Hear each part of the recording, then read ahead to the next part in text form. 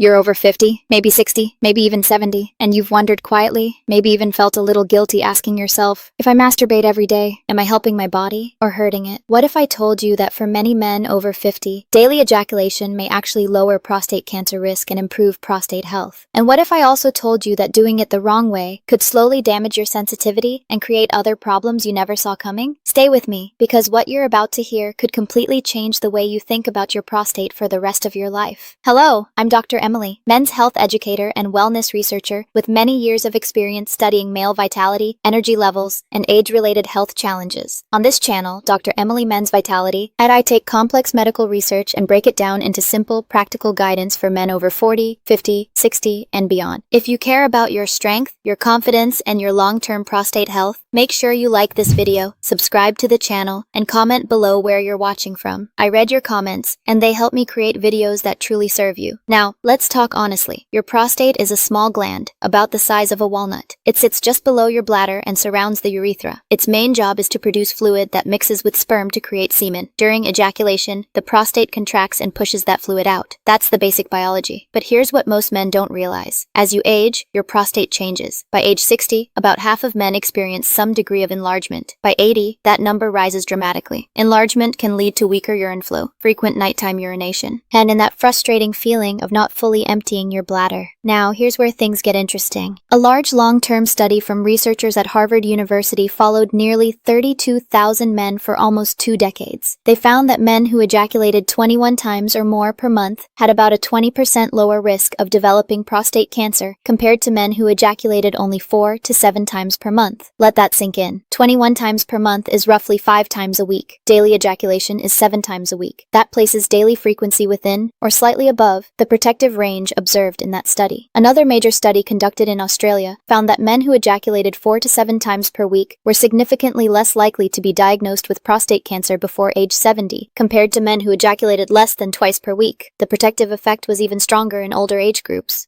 So what's happening inside your body? Think of your prostate like a small reservoir that constantly produces fluid. If that fluid sits there for long periods, inflammatory compounds and waste products can build up. Frequent ejaculation acts like a flushing system. It keeps fluid moving, it reduces stagnation, it may lower chronic inflammation, and chronic inflammation is closely linked to both prostate enlargement and prostate cancer development. For men over 50, this flushing effect appears to be beneficial. The protective impact seems stronger in middle-aged and older men than in younger men. Researchers believe that in younger men, very high ejaculation frequency might reflect extremely high androgen levels, and in certain genetically predisposed individuals, high androgen exposure may influence cancer risk differently. But after 50, the data leans heavily toward benefit rather than harm. Now let's go deeper. What physical changes may happen with daily ejaculation after 50? First, improved circulation. Sexual arousal increases blood flow to the pelvic region. Better blood flow means better oxygen delivery and better nutrient exchange in prostate tissue. Healthy circulation supports healthy cells. Second, reduced pressure inside the gland. When fluid builds up, it can create internal pressure. Regular release reduces that pressure. Some men even report mild relief in pelvic discomfort when they maintain consistent ejaculation frequency. Third, maintenance of muscular tone. The prostate and surrounding pelvic floor muscles contract rhythmically during orgasm. Just like other muscles in the body, regular contraction helps maintain function. Fourth, stress reduction. Orgasm triggers dopamine, oxytocin, and endorphin release. These chemicals reduce stress and promote relaxation. Chronic stress elevates cortisol, and elevated cortisol has been associated with increased systemic inflammation. So lower stress levels indirectly support prostate health. Many men over 50 tell me that when they maintain a healthy sexual routine, they sleep better. Better sleep supports hormone balance, immune function, and tissue repair. But here's where I need you to pay close attention. Daily masturbation is only beneficial if done correctly. There are common mistakes that can turn something healthy into something harmful. One major mistake is skipping lubrication. After 50, skin becomes thinner and less elastic. Daily friction without proper lubrication can cause microtears, irritation, and long-term sensitivity problems. Water-based or silicone-based lubricant dramatically reduces tissue stress. This is not optional if you're doing this daily. Another mistake is excessive grip pressure. Some men develop what's informally called death grip syndrome, where they rely on very intense pressure that a partner cannot replicate over time.